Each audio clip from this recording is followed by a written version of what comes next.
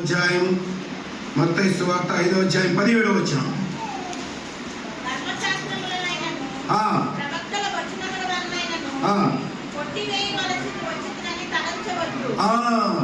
ఏమని ఆ ధర్మశాస్త్రాన్ని నేను కొట్టివేయడానికి రాలేదండి, వాటిని నేను నెరవేర్చడానికి వచ్చాను. ఈ లోకానికి దేనికి వచ్చాను అంటే ఆయన ధర్మశాస్త్రాన్ని నెరవేర్చడానికి వచ్చాను. చదువమ్మా. నెరవేర్చడానికి వచ్చాను.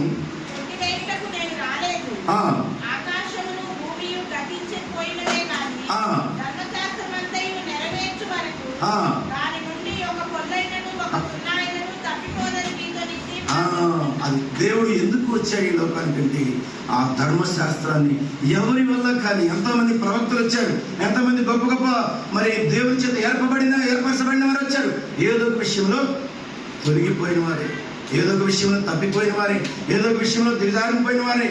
అలాంటి మరి పరిస్థితుల్లో ఆ దేవాది దేవుడు ధర్మశాస్త్రాన్ని నెరవేర్చి ముగించాడు. ఇలా ధర్మశాస్త్రాన్ని నెరవేర్చాడు, పూర్తిగా ఒక్కడు కూడా వదిలిపెట్టకుండా సమాప్తం చేశాడు. ఇలా ఆయన సమాప్తం చేశాడు ధర్మశాస్త్రాన్ని, మరి సమాప్తం చేస్తూ వచ్చాడు. 5వదిగా చూద్దాం పిల్లరా, ఆయన మరి హెబ్రీలకు రాసిన పత్రికలో మాటను చూద్దాం. హెబ్రీలకు రాసిన పత్రిక 10వ అధ్యాయము 12-13 వచ్చినా చూద్దాం.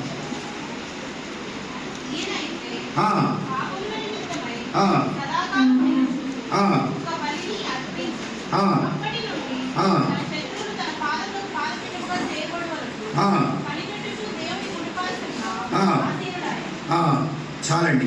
అయితే ఇంతకుముందు పాప పరిహారార్థ బలి అని మరి అర్పిస్తూ ఉండేవాడు అనమాట.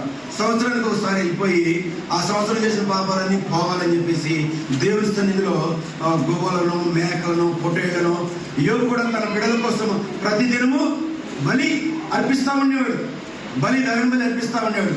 అయితే అంతకుముందు వాటిని తీసుకొచ్చి యాజకులకి ఇచ్చేవాడు.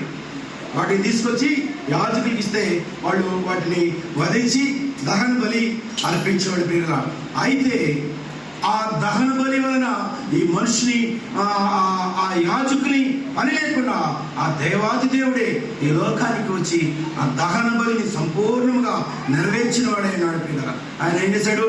దహన బలిని, ఆయన యాజకత్వ పరిచర్యని ఆయన సంపూర్ణముగా ఆ ప్రధాన యాజకుడే దేవాది దేవుడు ఈ లోకానికి వచ్చి ఆ దహన బలిని, ఆ కలువరి శిలువలో బలియాగం, ఆయన బలియాగం అవుట ద్వారా ఈ లోక సమస్త మానవాళి ఇక ఎవరు దహన బలి అర్పించాల్సిన పని లేదు.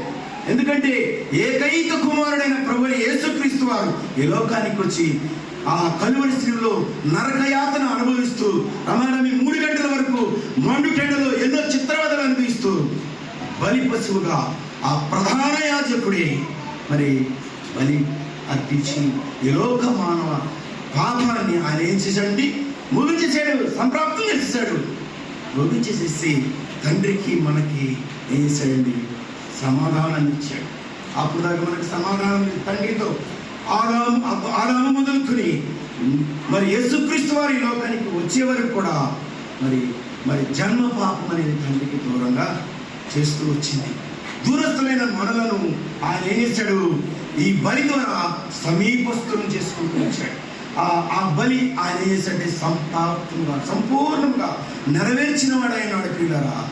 ఈ బలి ద్వారా ఆయన సమస్తాన్ని నెరవేర్చిన వాడైన. 7వదిగా చివరిగా చూద్దాం యోహాను సువార్త, మొదటి యోహాను పత్రిక చూద్దాం. యోహాను సువార్త కాదు, మొదటి యోహాను పత్రిక 3వ అధ్యాయం 8వ వచనం చూద్దాం.